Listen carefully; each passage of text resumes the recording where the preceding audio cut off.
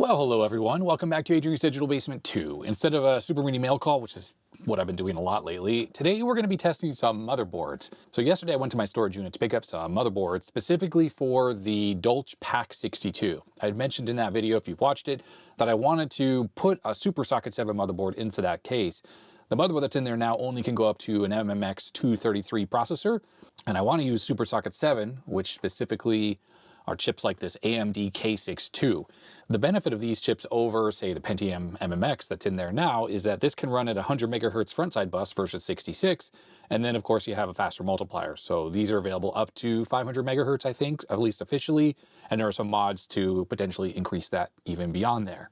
Super Socket 7 motherboards are nice in that they're small and they use the same low profile cooler that regular Pentium chips do. And this is different than the slot 1 motherboards, which I also have one that would fit technically into the case. It's an AT slot 1 motherboard, so it can accept Pentium 2 or Pentium 3 slot 1 chips. The issue with that is the motherboard that I have has the slot 1 CPU located around this location because it's an AT form factor board, just like this one. And the issue is the power supply on the Dolch Pack 62 sits right in this area, and it's very, very close to the motherboard. So close that I had to use low profile SIMs in the motherboard that's in there now. Otherwise, I couldn't even get the power supply installed. So there's no way that a CPU in this location, even a regular CPU like this that has a cooler on it, or especially a slot 1 CPU would fit inside that case, not without taking the power supply and completely gutting it, removing it, cutting it away so that the CPU could fit, and then adding another power supply somewhere else in the case or using a Pico ATX. Anyhow, I just said a lot of stuff there to talk about the fact that I picked up some motherboards from the storage unit, and the Super Socket 7 motherboards that I have, this is for a different video, one of those should work in that machine. And I'm going to do a follow-up video for the Pack 62 where I do the upgrade for the motherboard and stuff. But while I was there, I picked up a couple other motherboards that I never had tested. This is one of them. This is an ASUS PVI-486SP3. And what's cool about this motherboard is it's a socket 3 motherboard, aka it's a 46 board, but it's a very, very late model in that it supports pretty much every single 46 ever made, even the weird variants. So it's really flexible from that perspective. It has 512K of cache memory, has VESA local bus, ISA slots, and PCI, along with onboard I/O via this I/O controller, plus 72-pin memory SIMs. This is just a really late model, super flexible 46 motherboard, and I really want to see if this works. So that's what we're going to be doing in this video, is testing out this motherboard. And also, while I was there, I found this motherboard in a box, which is another dual socket 7, aka dual Pentium motherboard, very similar to the one that was in the Dolch.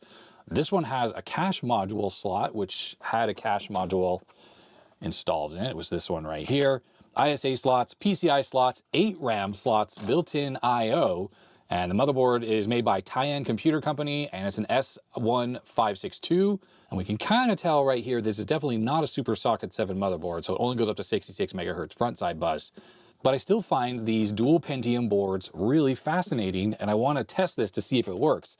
Now, oddly enough, when I grabbed it from my storage unit, it had 2 CPUs installed in it. One of them was this K62, which is not going to work at a board like this. And we also had this, which is one of these Power Leap socket accelerator things. These allow you to use chips that normally do not work in motherboards, say because they use different voltage rails. This looks like it's got a Pentium MMX chip installed in it, which do need lower voltages. So you can't just use those on older boards like these. I don't think this board supports those. And I don't know the history of this motherboard. Like, I don't know if this Power Leap was actually used in this. Clearly that was not. And the funny thing is, this entire motherboard, I took some photos, was absolutely filthy. It was so dirty. And it was mounted onto a metal backplate as if it was from a case. It had just been ripped out, and I just had it in a box in my storage unit. Well, I took the motherboard to my kitchen sink and I scrubbed it. And as you can see now, well, it looks pretty much as good as normal. I think the only issue is the PCI slots have some odd yellowing, like maybe this thing was exposed to sunlight, and I don't know. But front and back, it looks perfect now. So that's what we're going to be doing. We're going to be testing out the 46 motherboard first, see if that thing works or not. I mean, if not, then it will become a repair video. Maybe not this one, but there will be a future repair video. And then I want to find some chips and see if this Tyan motherboard works, because that'd be kind of cool. I have the ESA motherboard that was in the Dolch, so this is similar to this dual socket 7. The biggest difference is the Dolch motherboard only has 4 memory slots, It has PCI, and instead of ISA, it's got ESA, or extended ISA. And I know this one works. I tested this in the Dolch video that I just put on the main channel. But this one, on the other hand, it'll be fun to see if this works. And I guess if it does, then maybe when I do a proper thorough testing of the Dolch motherboard, the ESA one there, then maybe I can test this one with the same chips in it, for instance, and we can see if there are performance differences between these motherboards. Okay, we'll start with the 46 motherboard because I happen to have a 46 test bench motherboard on the bench. As you can see, it's kind of similar, although this one has 2 local bus slots and no PCI slots. So I'm going to pop the CPU out of this one. This happens to be a DX266, which I have written on there. Oh, I wrote engineering on the bottom. I have no idea if this is actually an engineering sample. If anyone recognizes those part numbers and can tell me this is, maybe the ES, let me know. The heatsink, unfortunately, is epoxied on, so I have in the past tried to get these off and actually damage the CPU. So I decided to just leave this alone and use this as is. Now, the funny thing about the motherboard we're about to test is it does have built-in I/O, so I don't necessarily need to use this. And to be honest, I may switch that motherboard out to be on this little stand that this one's on. See, it's mounted on a little stand here, and use this for my bench testing, because it's nice to have a 46 with PCI slots available for performance testing and, I don't know, the stuff that I do when I do bench testing. You can notice this motherboard, I think I'd have to do a little bit of repair work on this. Maybe I didn't. It had a battery there. I decided to put an external battery over here. There's not a whole lot to say about this 46 motherboard, the one that I've been using for bench testing. It just works. And it does look like it has a footprint for a 46SX, a surface mount version, but I have repurposed that to hot glue a speaker down so that there is permanently a speaker plus a power LED and a little reset switch. So I could reset the machine on demand. Right, so for bench testing, first thing I'm gonna do, this is what I always do, is I would just power the motherboard up with nothing plugged into it, nothing at all. Well, correction, I'm going to be using the post analyzer, and we'll see if the voltage rails and whatnot look good. Now, this motherboard was dirty when I found it, so I have washed it, but I did that yesterday and I dried it off. So we should be all good with that. I will just plug in the speaker. It's not going to make any kind of beeps, not until we have a CPU that works. We should see a bunch of LEDs come on. There won't be any postcodes. We should have dashes. And pay specific attention to this LED, the one next to the speaker.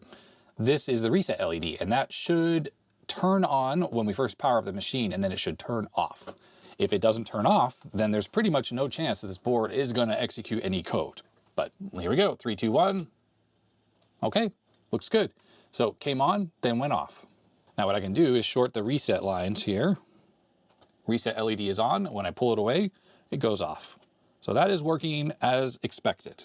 So one of the things about 46 motherboards that's kind of annoying is you have to configure jumpers to set up different CPUs. And 46 chips generally, originally at least, they all worked very similarly, where the multiplier, if there was one, was internal to the chip. So a DX266 has a 2x multiplier, but it happens inside the chip. So there's nothing to configure on a motherboard to say that this is a multiplied or clock multiplied chip. This just takes the 33 megahertz bus that a 46 normally runs at and doubles it.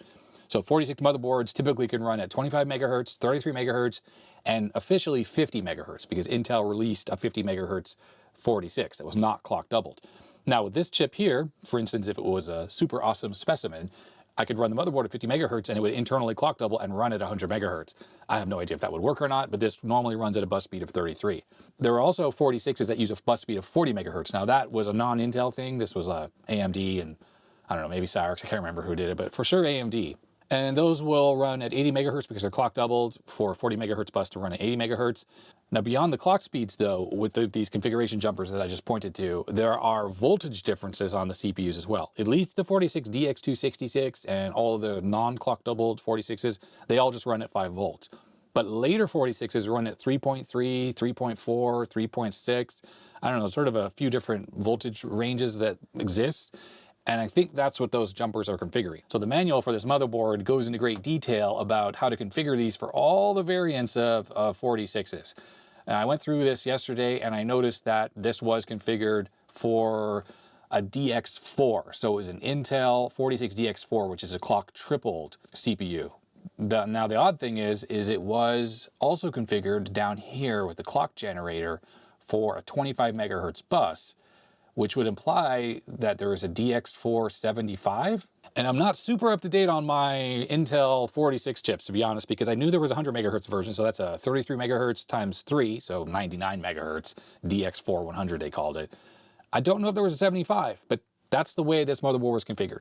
Anyhow, I reconfigured this to be 33 megahertz clock, and this is all configured for a DX266 or a DX, also same thing really, because if you have it configured for a regular 46DX, the standard like 33 megahertz one, you just pop this chip in there and it will run at clock doubled speed at 66 megahertz. Now, when you look at this socket, this has a lot more pins than the 46 chip itself does, and that's because this is designed to also accept the Pentium overdrive, which has extra power and ground pins around the outside. Now, I have marked this because it's hard to tell which is pin 1, but it's the notched corner, and that will typically go right there where the pins have, well, this space and that extra pin there. So that just goes in there perfectly. It falls right in, and we lower the handle down. And now powering this up, we should get a post code because there's no RAM installed, but it should at least try to execute some code before it fails because there's no RAM. All right, here we go, 3, 2, 1. All right, excellent. So I guess that's the, what is this, award BIOS? Yeah, it's an award BIOS. I guess that's its, I can't find RAM and I'm very unhappy sound. So I just happen to have these memory modules sitting off to the side. Now, these were the ones that were installed into that dual processor Pentium board. There were these two, and there were these two. Now, there are configuration jumpers. See these little spaces here, and similar on this, little jumpers, and those go to certain pins on there, and that tells the motherboard what type of memory modules they are. You can also try to decode these ICs. I'm not gonna bother. We're just gonna pop these in and see if they work. And I can never remember which way they go in, but that's the way, with the little notch in the middle. Click. Now, there is one thing to consider with the RAM on 46 boards. There's EDO and FP, or fast page memory.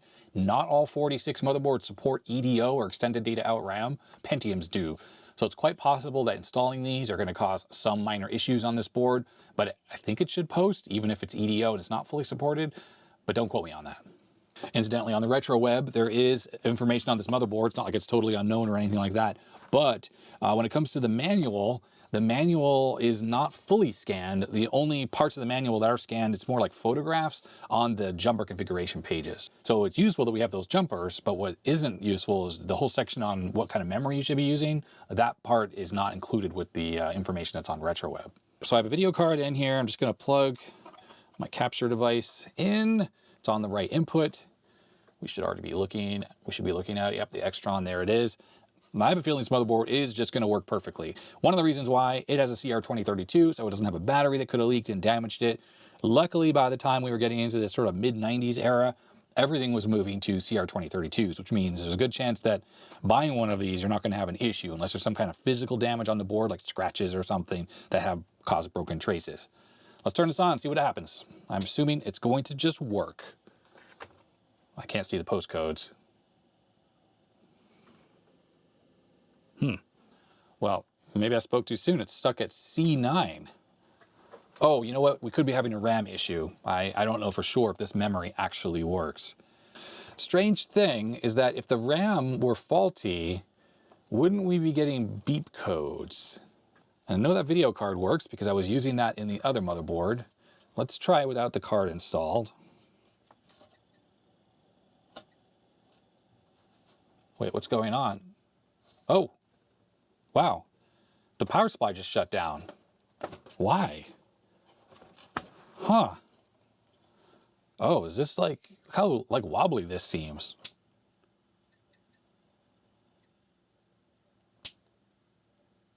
Whoa.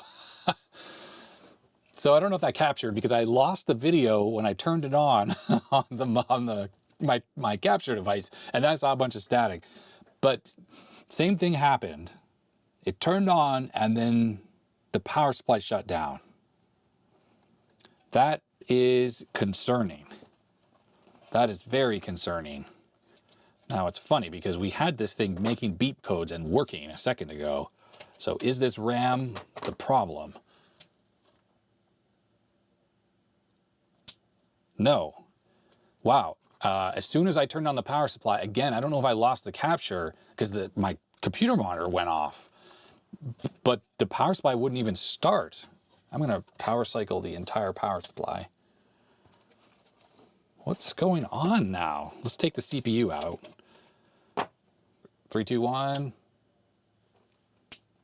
Wow, yeah, we're losing. That's so, I don't get what's going on. Let's see if this power supply is still working, not plugged in. Oh wait, what's happening here? Okay, what has failed on this power supply? This doesn't seem to be working any longer. Well, now it's working. What's happening? Yeah, I have one of these ATX power supply testers. So let's get the adapter off. This thing is going to make some beeping noises, and that's because I don't have the CPU power connected. This power supply is too old. It's Pentium 4 era one. It has this 4-pin. I don't know if that's compatible with these, maybe, but whatever. It doesn't matter. Let's turn this on, see if this works. All right, 5.1, 12.1, 3.3. That doesn't even matter on ET. Minus 11.9. I mean, everything looks good. Power good, 290 milliseconds. Yeah, this is these connectors that aren't connected, so that's not a problem. So that means my power supply is okay. Like whatever it was unhappy about has gone away. The one thing I like about this power supply is it's beefy, but it has good power protection. So if there's any kind of shorted rails, it typically will shut off and will not cause destruction. What's weird is this connector seems to wobble. I just checked with the loop. Seems okay, but I'm going to reflow those joints just to make sure. They really do look fine. I still don't really get why it wobbles so much. It almost looks like it's not sitting all the way on the board. Like when it got installed, it's raised up a little bit. Now there's a power grid signal that's from the power supply. And what happens is as the power supply powers up, there's some instability in the rails coming out of the power supply. And the motherboard will monitor that signal, which is sent over the power connector. And once that signal shows good, which as our little tester here, 290 milliseconds, I think that signal became good, then the computer will come out a reset. If there's no power good signal, it's missing or it's not working properly, then the machine will never come out of reset. Now we know that's not an issue because the tester showed that that was a good signal, but also, well, the motherboard did turn on and started to post, and then it stopped posting. Let's see if this thing works. Okay. So we're back to where we were. So let's put the DX266 back in the board. There we go, just falls into place. I'll reconnect the speaker. Let's see if this thing posts now. Okay, we are back to where we were. I'm not going to use this memory. I'll try some different memory. Let's try this stuff here. Now 46DX266 can use one memory module. These are 32 bits wide. Pentiums require 2 at a time pair. We'll just try with one memory module. Let's see what happens. Here we go, 3, 2, 1.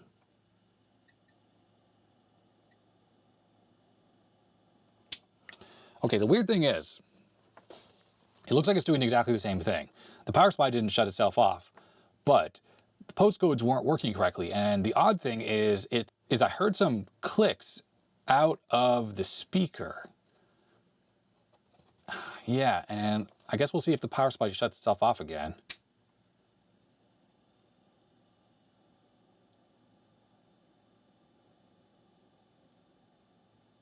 Okay, now it's just stuck at C0.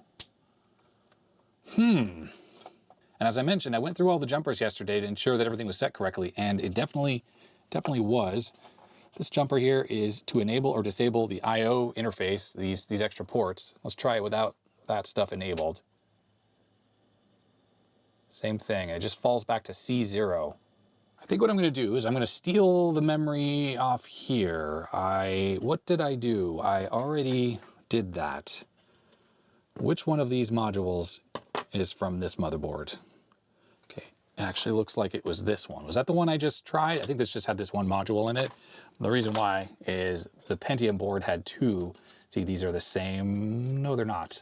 Okay, those were the 2 from the Pentium board because these are a matched set. That's definitely what was in the Pentium. This was the one from this other 46 board, which I think is just an 8 megabyte module. All right, let's try this. Okay. Better, much better. So I suppose these are EDO and this motherboard must not work with EDO. Now I would have been able to read that in the manual But as I mentioned, the manual was not fully scanned, so I couldn't read that whole section. Okay, video card is in. Let's see if it posts now without being unhappy. Yes, that is posting now.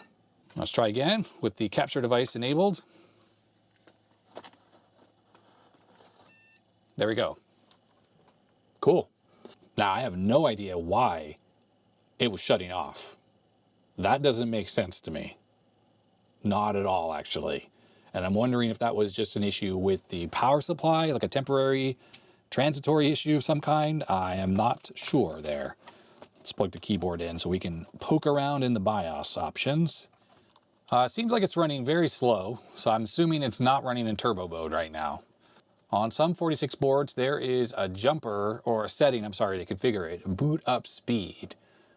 So internal, external cache, quick power on self-test, CA, swap, floppy drive, block mode, 32-bit transfer. Okay, so far nothing. Let's see here, auto configuration. Okay, what's nice is it looks like if you disable the auto config, you can control the bus speed. Oh, there are 3 different options available as well. That's neat. So my assumption is that the P clock is the processor clock, so it's dividing it by 4. So it's 33 megahertz right now divided by 4. So that is 8 megahertz. But if you are overclocking the motherboard, you can run it at a fixed 7.159 megahertz, which is a bit slower than is spec. Spec would be 8 megahertz-ish. But still, that's nice, because if you have cards that are problematic at being overclocked, you can slow it down. And we can also do a third of the processor clock, which gives you some more flexibility. And we have different RAM configuration speeds as well. Fast or fastest, slowest. Who knows what that does exactly? We'll just leave it on auto. Looks like the internal cache can be configured either as write back or write through. And then the external cache is also configurable. Now, I remember seeing in the manual that one of the jumpers over here also sets that or configures that. So it's possible that you can't change these, or you need to change it in the BIOS and on the motherboard. And I think it was for the internal cache that allows you to configure it.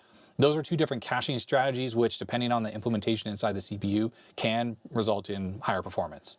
I don't remember which is the faster one, so I generally just leave it alone whenever I see those options, but it's nice that they're there.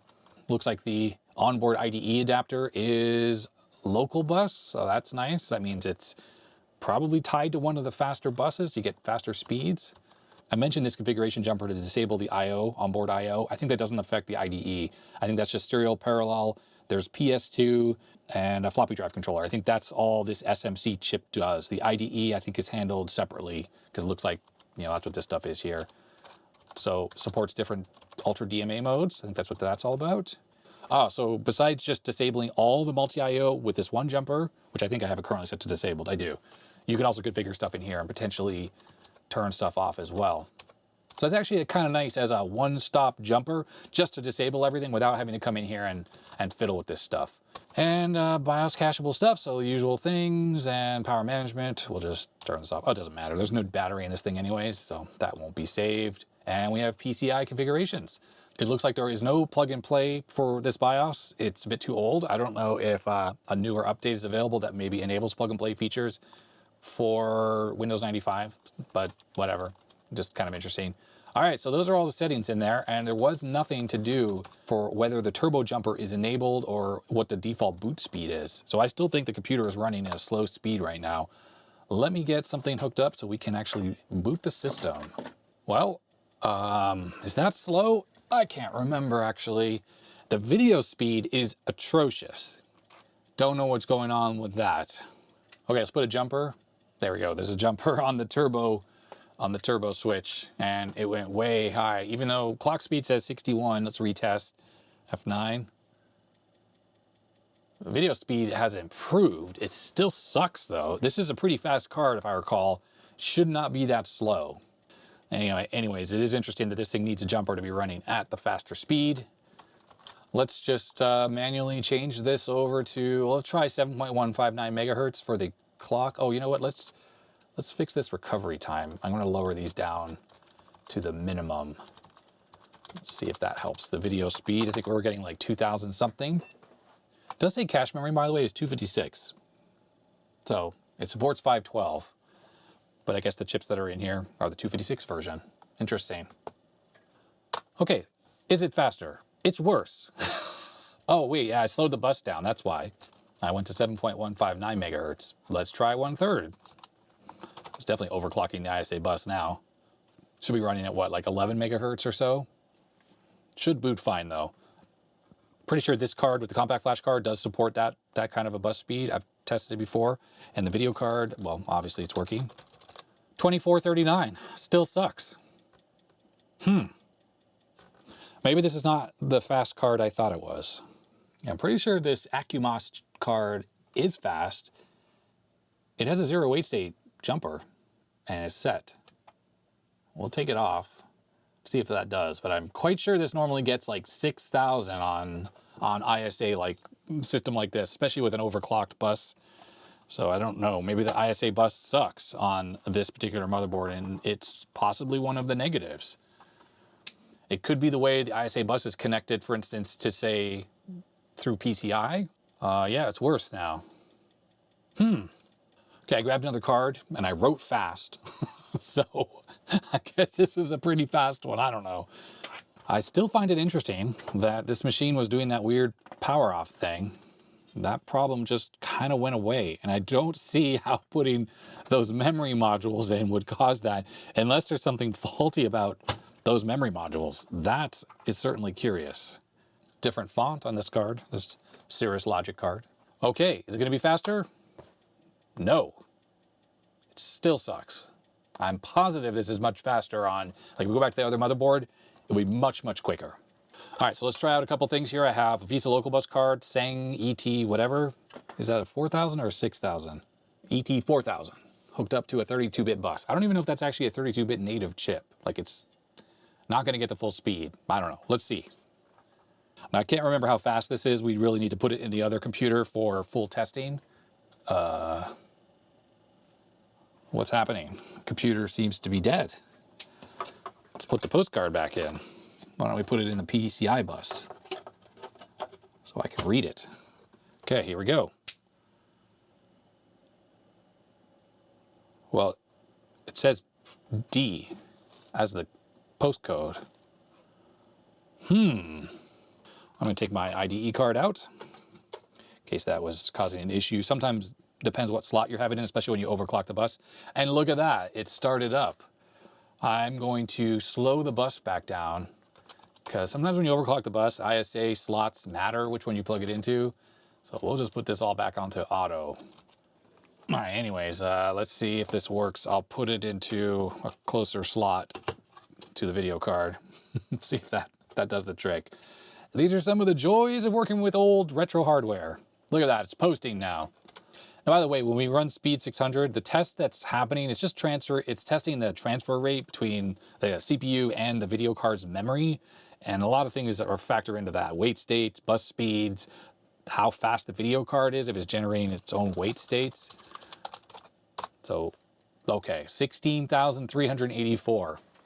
So identical motherboard, but if you're playing a game that transfers a lot of video or a lot of information to the video memory, like say a first-person shooter like Doom with all the constant screen updates, it's going to spend way less time doing that with this card, because even though this is supposedly a fast ISA card, we're only getting 2,500 bytes per millisecond, and this thing's getting 16,000 bytes per millisecond.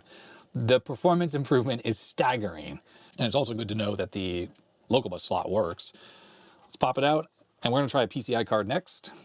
Now, I know that the PCI cards are working because the postcard is working, but this is an ATI, I don't know, Rage XL. Let's see if this works. Now this card may have bad DOS performance. I can't really remember. Some of these cards kind of suck in DOS. And this may well be one of them, but we will find out very soon. At least the system is still posting. Okay, 11,170. So this is technically slower than the local bus card, but I don't think that is because PCI is slower than local bus. They're both running at 33 megahertz, 32-bit speed.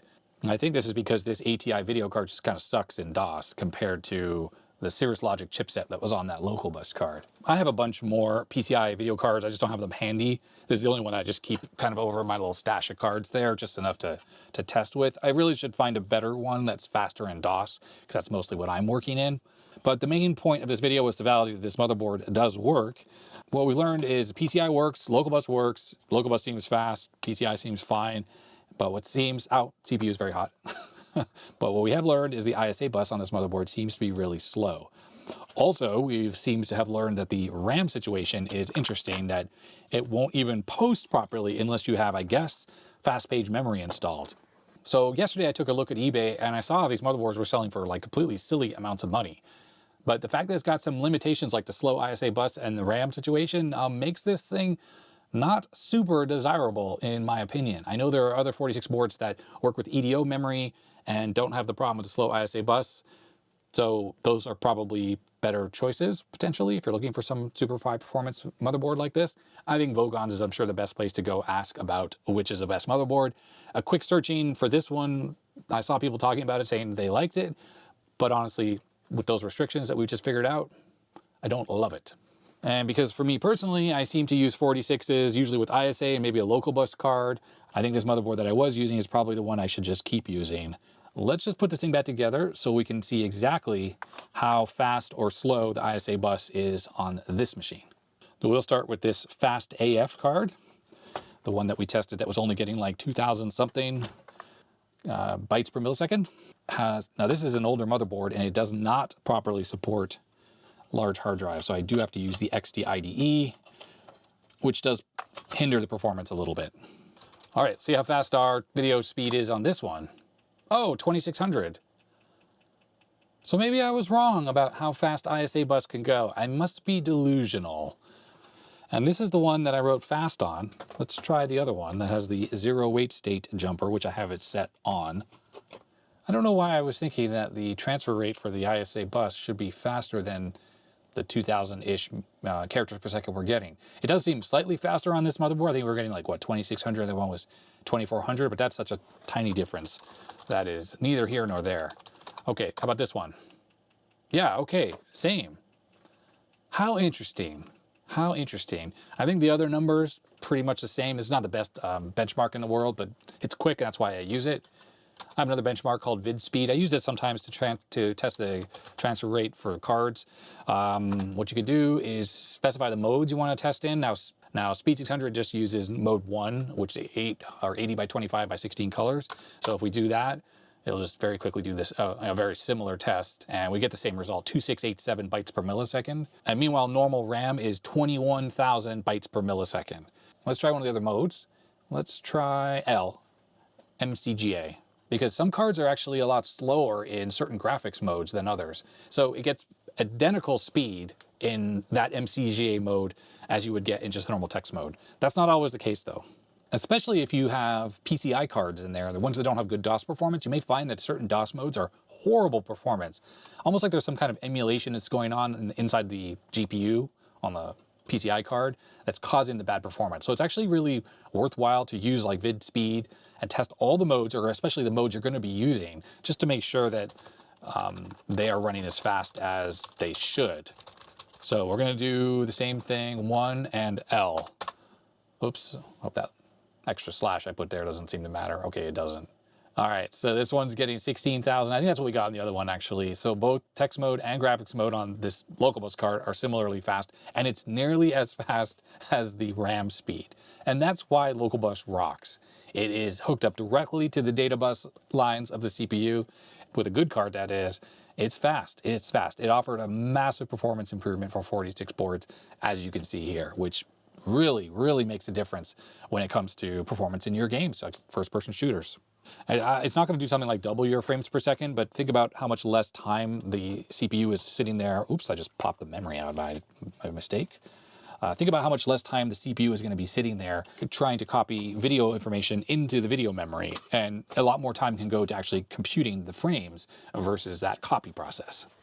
For poops and giggles, I have gone and grabbed this 36SX board. This is a 40 megahertz 36SX, the one I've used for a lot of bench testing. I think I was using this board for that 1 megahertz underclocking video on the main channel. Quite sure I was, at least.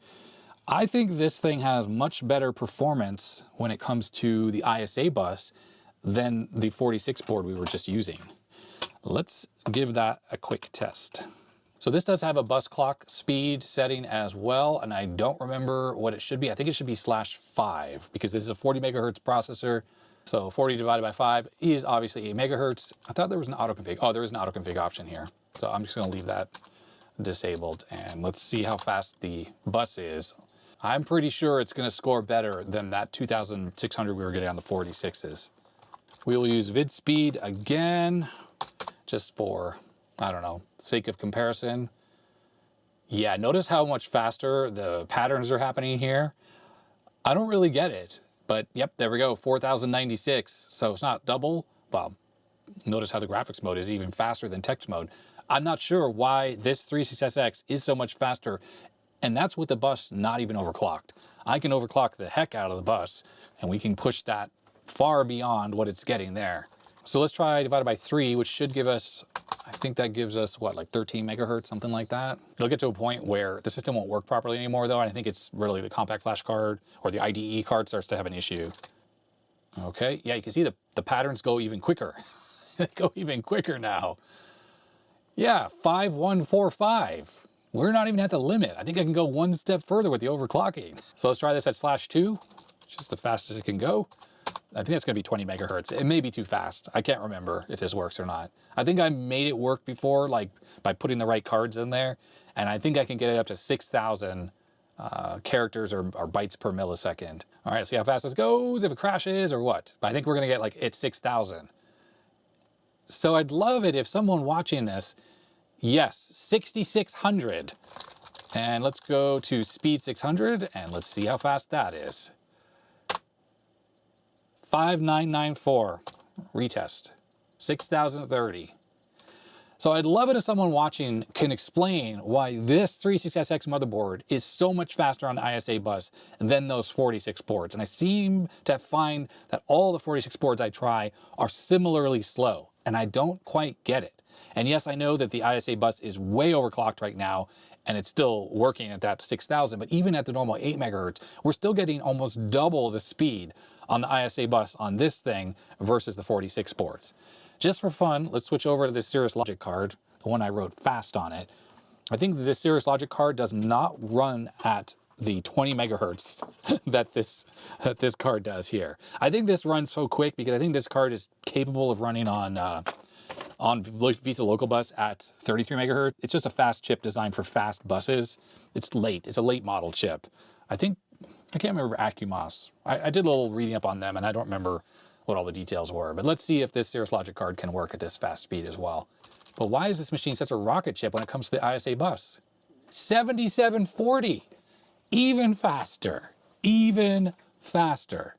So we'll just run vid speed again. I guess that's why I wrote fast on this card, because it's so fast. Yeah, that text mode is flying, absolutely flying. We are getting no less than 3 times the performance of this same card running on that 46 DX266. Just for fun, let's switch this back to complete auto configure, where the bus is going to be running at the normal speed and not way overclocked. I'll just turn that back to enable. My assumption is we're still going to get like 5,000, so double the speed as we were getting on the 46. 5,067, double the speed, freaking double the speed.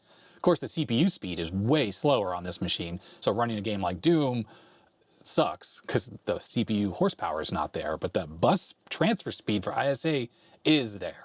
So again, if anyone watching this can explain what's happening with the slow ISA performance on the 46 machines, I'll be super, super curious, because I would love to get that kind of performance out of these cards on there. Although, I suppose it doesn't really matter because you have access to local bus cards, and those are going to be way, way more performant anyways.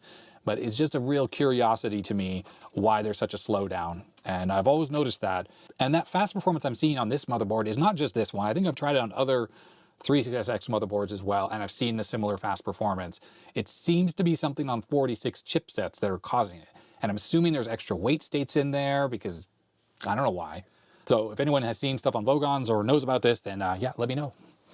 I think what we need to do now is switch over to this motherboard and see if we can get this thing up and running. You know what? I almost forgot. The one thing I want to do, so I'm going to put a sticker on this motherboard just to say that it works and only to use FP RAM, just so I don't get caught out at some point in the future trying to use EDO memory. All right, so first thing I want to do on this is get these little standoffs off of it. Yep, that was easy. Thank you to the viewer who sent me this big pen. You know what, back in the day, I don't think I knew that you could use one of these to get these off very easily. It doesn't always work, because they're sometimes slightly different size, but generally with enough wiggling, you can get these off pretty easily. I know I used to use needle nose pliers, and that was a bit of a pain. So the Bic method is definitely the way to go. Oops, there we go.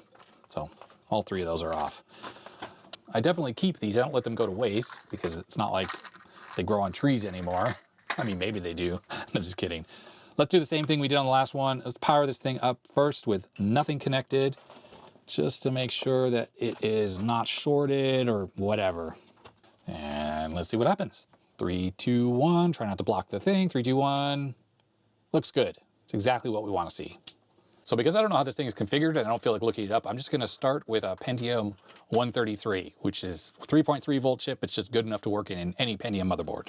Now, it's my assumption that one of these sockets is for the first CPU and one's for the second CPU. I don't immediately see anything written on here for that.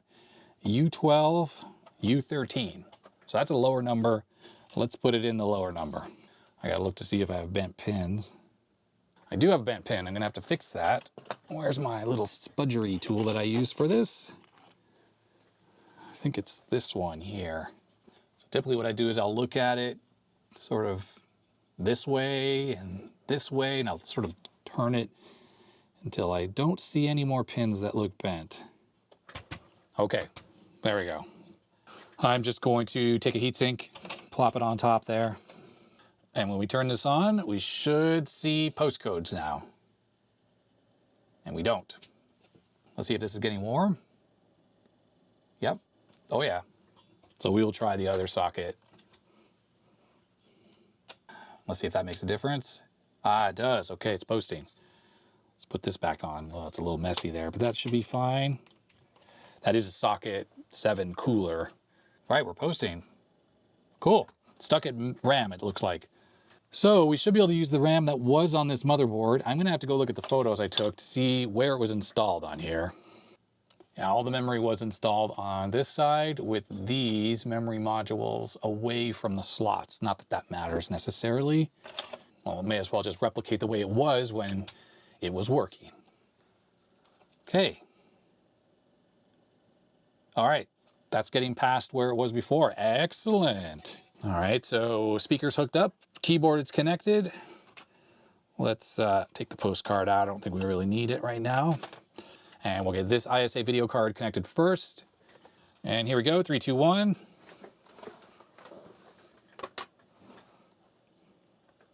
There, yes. Oh. BIOS ROM checksum error detecting floppy drive A media. So this is like a recovery mode. Very interesting. So over to the RetroWeb. Here it is, the Tyan S1562D Tomcat number 2 Rev 1.1. No idea if this is the Rev 1.1. I don't immediately see the Rev 1.1. What I do see is a lack of photos. So I'll be taking some photos to just get this documented properly up on the RetroWeb. Let's hope this BIOS. Oh, lots of different ones.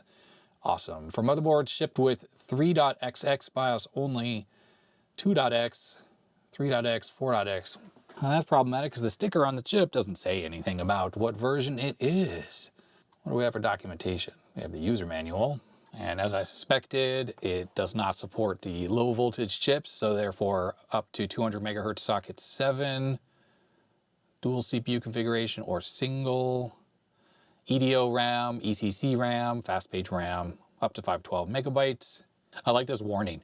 Do not apply power to the board if it has been damaged. Do not. There's a version of this without the dual processor, I guess without the D1562. So the D version has the second chip, second processor that is, and this extra IC that this motherboard obviously does have. So this sets the multiplier. I have no idea what the multiplier is set to right now. We could be overclocking this CPU. The 133 is pretty good at overclocking, I gotta admit. Memory voltage, 5 volts default, some EDO uses 3.3. Damage to system can result if set incorrectly. I think what I'm just gonna need to do is remove this BIOS chip, and we're gonna try to read it, and then see if I can just reflash it. I think it's definitely flashable. It's not an EPROM, it is an EEPROM. There we go, pop that out. Oh, there's 2 different configurations. You can actually have a surface mount chip under there, or we have this one. I will need to peel the label just so I can see what kind of chip it is. On the bottom, that doesn't help us. So we have a 29EE011-15. All right, we have the T48 up and ready to go. Let's pop the chip in. Let's see if we can read it. I've already configured it for the 29EE011. Read. All right, we have stuff here. Boot disk failure. I think this is an award BIOS. Original.tmp. I can't remember how to check what version or whatnot this is, so I will save this, of course, first. So we're saving it as original.bin. And what I'm going to do is I'm going to verify this. And what this does is it takes the buffer that's here and it reads it against the chip or compares it. We just want to make sure this chip is reading correctly every time. And it looks like it is. Now, this is a flash memory chip, and from my understanding, flash memory from the 90s is degrading. So this is actually kind of normal behavior, that this is not really working.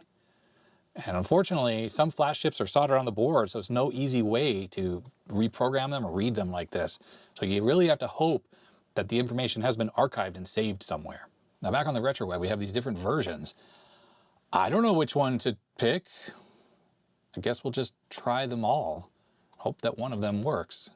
So we'll get 4.02, 3.02. We'll get this 2.22. That looks like all the different versions. So 2.x BIOS, 3.x BIOS, and well, 3 and 4. Okay. Okay, so one of the issues is this looks like it wants to use a flash utility to flash these. So I don't know if I can take this 128K image and use this to flash right onto this chip or not. The file that I saved was 128K as well. So I guess worst case scenario, if trying to write these directly on the chip doesn't work, I'll just put back the original one and then I'll try booting a floppy disk to restore the flash chip. So we'll start with this one here, 402, I guess. Let's see if it even looks similar. When I go to the top here, yeah, original.tmp is right at the top, so that's very similar. And this stuff was there on the chip that I read as well. Okay. So let's program this. There we go, easy peasy. So back in the motherboard, the program chip goes like that. Put the heatsink back on there. So here we go, let's see if this works. I should probably put the postcard back in. Yeah, this doesn't seem to be working at all now, does it? Let's see if this thing is even doing anything. It is, there are postcodes. There are postcodes. It says C3, it stopped on C3. I mean, the fact that it's actually showing postcodes is something. It means it's actually running code. It's just incompatible with this board. Maybe I need to look for another revision, like a 1.0 revision, or this is a 2.0. I mean, I don't know. I flashed one of the other images I downloaded onto this. Let's see if this makes any difference. Same thing, postcodes. Same thing. C3. I'm just flashing the next one onto here. I think it says 3.02. Part of my concern is that that flash utility does something while it's flashing, and it's just not going to work the way I'm doing it here. So we're at C6. Oh. Oh. Okay. Why are you beeping so loudly and annoyingly? I would unplug your speaker. So the same thing, BIOS ROM checksum error. Okay, so the file that I did write, though, was 3.02. So maybe what I need to do is we're going to get a floppy drive, connect that up, and let's see if we can flash the 3.02 image that I downloaded back onto this chip. So I'm sitting here trying to find a 3.5-inch disc that's not bad, and I've gone through like 5, and they're all bad so far. So I'm formatting another one in my bench PC here, lab PC that is, and maybe this will be good. I might have to do a little bit of research though to figure out what I need to do for this disk. Like, do I need to make it a DOS boot disk or something special for this thing to be able to flash? Or does it just read like the actual .bin file directly off the disk using a fat formatted disk and then flash itself? Lots of questions, and this is a bit outside my expertise. I don't have a lot of experience with Pentium motherboards. I had one back in the day, but I never had to do any kind of special recovery flashing like this. They always just worked. I never had to do any kind of BIOS recovery stuff on them. I think flashing the BIOS images was always pretty easy with those. All right, so I have the disk. I have copied the bin file, the one that sort of makes this machine work a little bit, plus the flash.exe file, but there's no MS-DOS on here. So let's see what happens when we try to boot the system with this connected. All right, let's power this on. Make sure the heatsink is actually sitting on the CPU. BIOS checksum error or detecting floppy media. Well, the disk's not spinning, so that's not doing anything. Let's power cycle this again. Could be I need to go back to my original BIOS, the one that was on this chip before I reflashed it. Oh, whoa, wait, what? Did that happen before? Ah, that might have happened before and I missed it. Very interesting.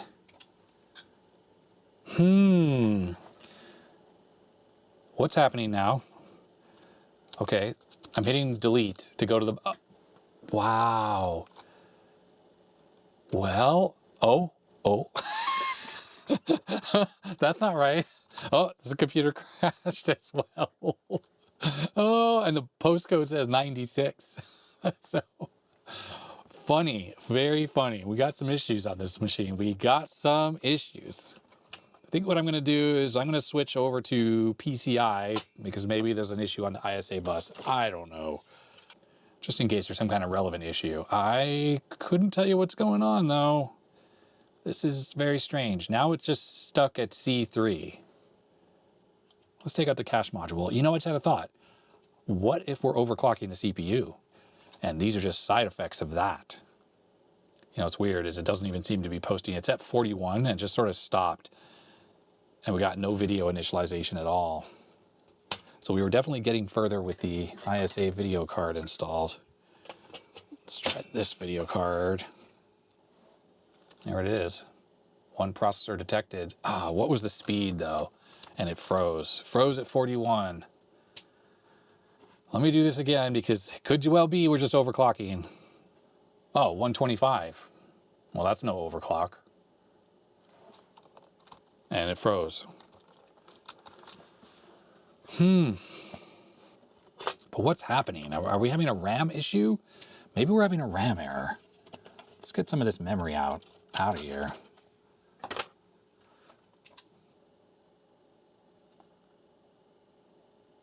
All right, 16 megs. It's doing the RAM check properly. Okay, well, the battery's dead in the CMOS. F1 to continue. Well, I'll be. It's booting.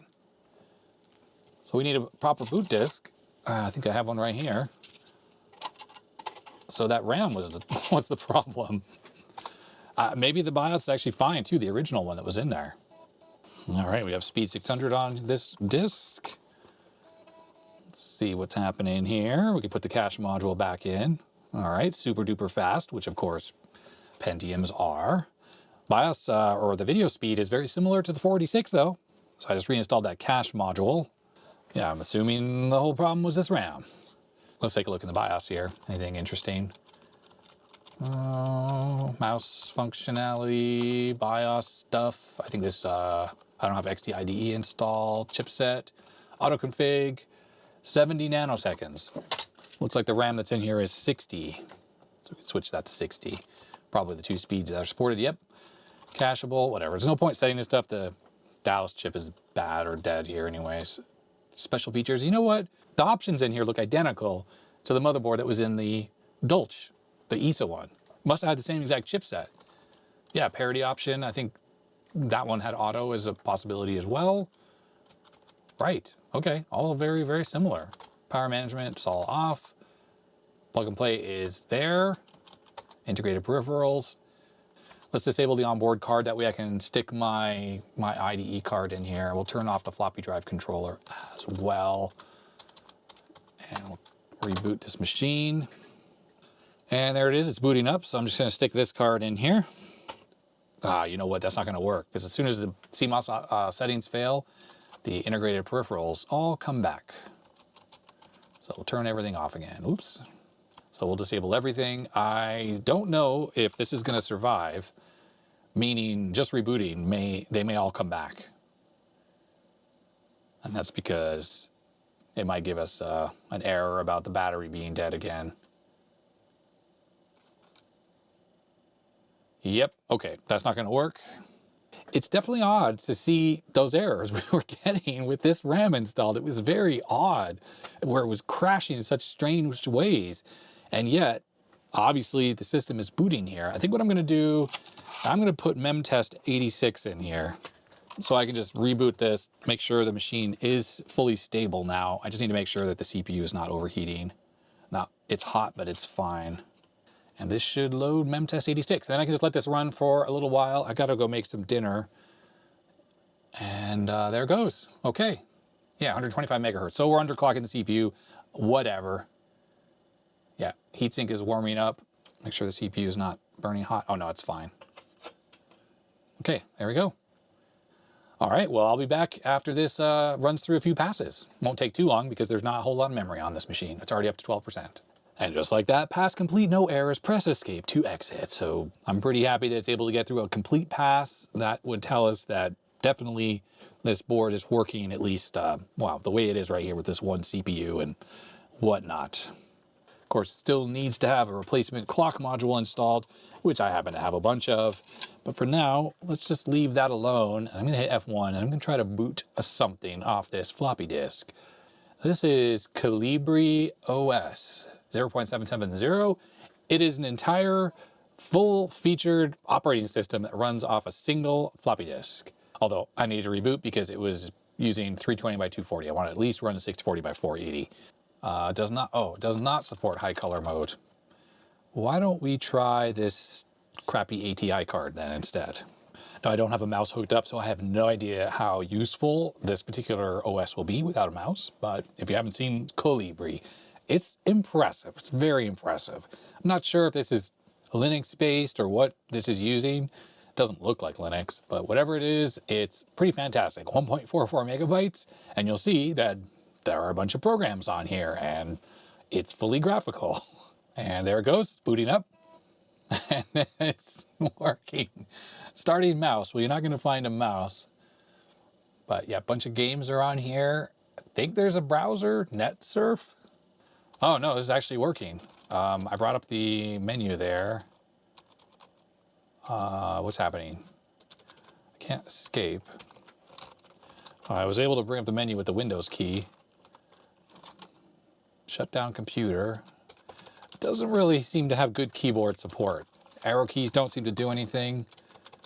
Control-Delete brought up the task manager. Pressing the Windows key does that, but arrow keys, oh, arrow keys are suddenly working. Right, okay. Alt F4, does that close a window? Let's do welcome. Canvas requested 10 megabytes more of memory. I think this has 16, not enough, obviously, but it is working. It's just out of RAM. Maybe the control panel works? It does. It looks like I can do some amount of keyboard control. Here's our CPU though, 124.23 megahertz, technology, 0.00 micron, genuine Intel P54C, which is exactly what this chip is, but this absolutely works. So there's a graphic bench, but I cannot run anything. Alt-T, Tab key doesn't seem to do anything. Alt-Tab switches between running applications, but I can't push on those buttons with the keyboard, unfortunately. Either way, any instability that Calibri OS is having right now has to do with a lack of memory. It doesn't seem to be a problem with the computer. This motherboard is working. Awesome. All right, so there we go. I set out to do what I wanted to do. I wanted to really see if these two motherboards were working properly, and this one is good. Oh, I think maybe what we should do, let's get the CPU out. I'm gonna put in this power leap, the one that I think was in here. It looks dirty. I didn't clean that at all. Let's see if this can work. Wow, it's dirty under there. Let me get a little brush just to at least try to brush out some of this dust. So as I had mentioned, I'm pretty sure this is a Pentium MMX because you can tell, see how it's a black package with the pins that are exposed, which is very much a Pentium MMX kind of thing. The whole thing is quite dirty. It does get powered from the power supply directly, and that runs this entire voltage regulation circuit and the fan, so it doesn't run off the CPU socket. I don't think any pins are bent, and that's because this was stuck into the motherboard, so I removed it from this computer. So that would go this way. So gave it some power, and unlike on the 46, I have not touched any of the jumpers on this motherboard whatsoever. I've done nothing. So however this was set up originally for this power leap, if this indeed was in here, I'm assuming it's gonna still work that way. I don't know if this just ignores the multiplier anyways, might just do that. And there might be jumpers on here to configure that. Okay, I think we're good. Let's see if this works. The fan is horribly noisy, but I'm not surprised. It was filled with dirt and crust. 150 is pretty darn slow, isn't it? That's hardly an improvement over what was in here before. F1 to continue. 150 is what it says, but the BIOS may not have any capability of determining exactly what the speed is of the CPU because this thing is going to be way faster than the original CPU. On the other hand, I don't know what just happened there. It's not booting. This is memtest. Why are you not booting memtest? Interesting. It may well be that even though I found this power leap in this motherboard, that this actually wasn't in this machine. It never was used in this. The fact that there was, what, the AMD K62 in the other socket leads me to believe that this was more like a storage mechanism for Pentium CPUs. It could well be that that power leap was just stuck in there as a way to hold it. And yeah, it's not loading this Calibri OS disk either, which we know worked fine with the 133. And look at the power leap. It's the Pro MMX R version 4.0. None of the pins are bent. I don't see any jumpers actually. Oh, unless they're under the CPU. If they were, we would see them. These heat sinks are warm for the power regulation. All right, well anyhow, this video's gone on for long enough. The main thing was I just wanted to know if this motherboard works, and we know that it does. And just to help me next time, I'm gonna write CPU 1 and CPU 2, so that I won't have those problems next time figuring out which is which. Also, this Dallas chip is in a socket already. Thank you very much, Tyan, for doing that. So that's easy to pop out. And when I go to use this motherboard, I can just easily pop in a new one. And for now, I'll just draw an X on this because it needs to have the battery mod done to it or heat mod to take it apart and replace the battery. Yes, I know you can do that. I saw Necroware's video on it. For me, it's easier just to Dremel. It's on this side. You just Dremel there and there, which cuts through the connection from the battery down to the main IC.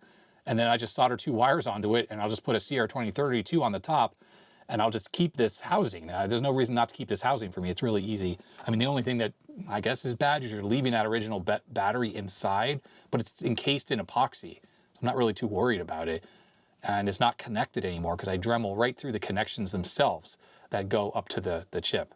So yeah, that's the way I do it. It literally takes me a few minutes. The heat method just takes a lot longer than just the Dremel method. But as I talked about in a previous video, I have these replacement Necroware modules anyways, and these just work in place of these, but I have another Dallas. So I'm just gonna stick this in here with these because I will modify these in the future because who knows, I'll run out of these modules or the clock chips that are on these won't be available. So the Dallases are always a good fallback. So there we go, works. Dallas and U32, just as a reminder, that's a Dallas chip. So there we have it, a casual video testing these 2 motherboards, and they both worked. Bad RAM on this, and the 46, well, this one had no problems, it just works, but you can't use EDO memory on there, so that's I guess an interesting thing, which is why I put the sticker on there up at the top to remind me of that in the future, because I might forget and then go, oh, it's broken, when I already went through all the troubleshooting. So if you enjoyed this video of me just casually fooling around with these things, I'd appreciate a thumbs up. But if not, no problem. I can do these tests on my own. But definitely, if you did like it, comment down below. Also comment down below if you happen to know what's up with the bus speed on these machines and why my 36SX is so fast for the ISA bus. And comment and subscribe, YouTube, other junk, usual stuff. Thanks to my supporters. They make it possible I do this full time. Without them, I'd have to get a job. So really, I really do appreciate it. There are links down below. You can become a supporter if you'd like. And that's gonna be that. So stay healthy, stay safe, and I'll see you next time. Bye.